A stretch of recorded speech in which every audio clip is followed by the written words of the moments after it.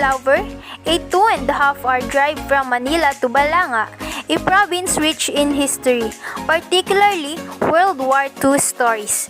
The city has plenty of historical sites that every Filipino and tourist should visit. You can explore the Balanga Wetland and Nature Park or witness the bravery and sacrifice at the BATAAN World War II Museum. Here is Noemi Datinguinoo to find out the things to do in Balanga, Bataan. Mabuhay everyone! My name is Noemi Datinguinoo. On behalf of Angeles Tours, I'd like to welcome you all to Bataan.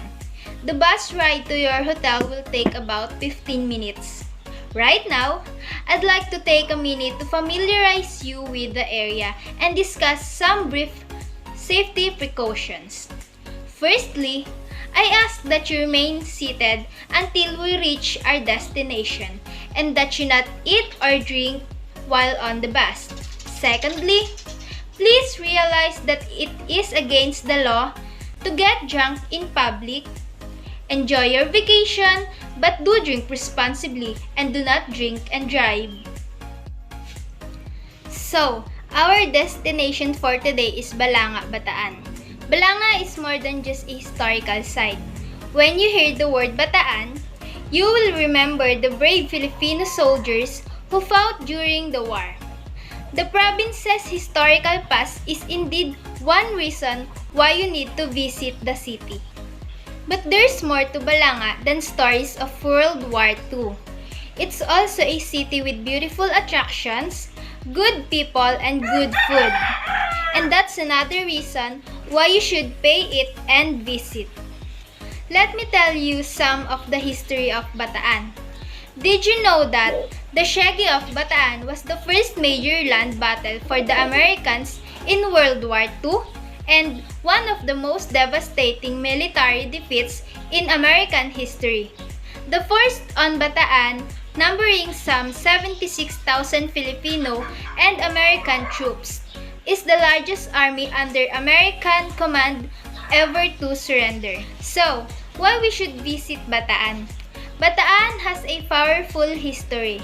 As every history buff would know, Bataan was the starting point of one of the most well-known war crimes of World War II, the Bataan Death March.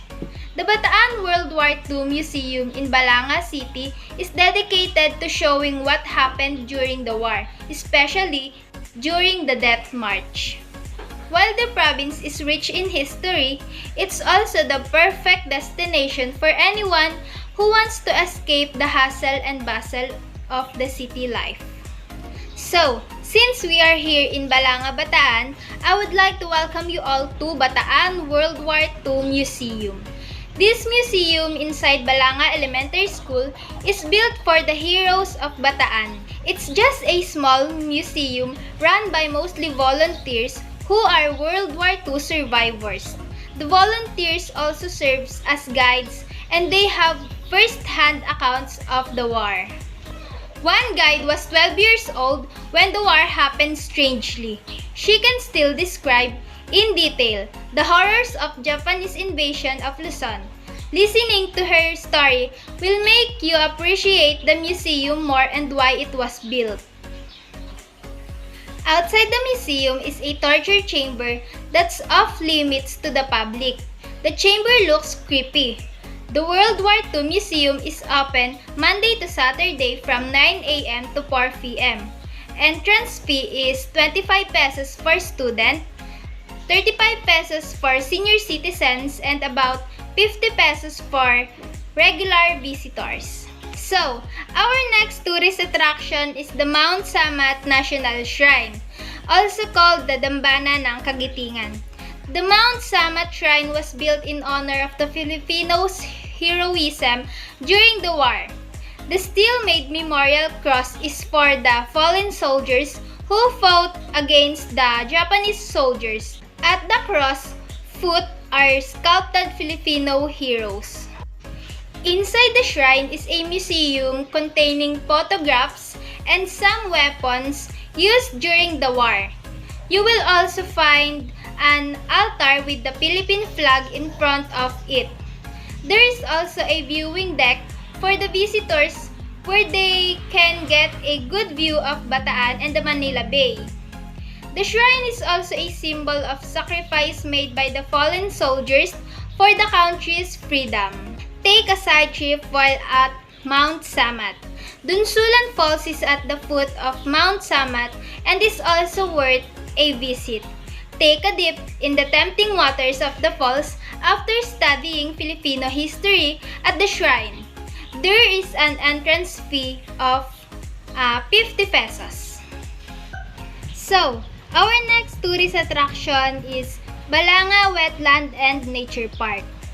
Do you want to see the migratory birds? Good! Thousands of them are in Balanga Wetland and Nature Park.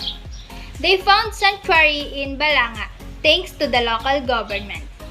Every year, the city of Barangay holds the Ibong Dayo Festival to celebrate the migratory birds. Tourists can rest in huts while admiring the migratory birds. They can also climb the viewing deck and get a good view of Mount Samat and the Manila Bay. There is a natural beauty in this place that you surely will love.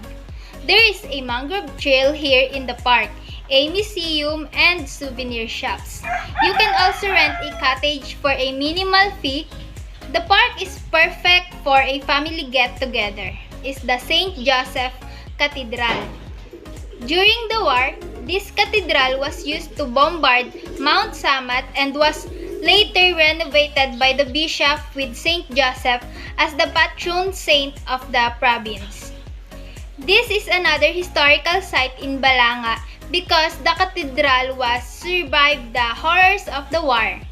Masses start as early as 5 a.m. on Sundays. The cathedral is at the heart of the city, so you really won't miss it. If you're into antique churches, then include St. Joseph on your list. So, our last tourist attraction for today is the Flaming Sword.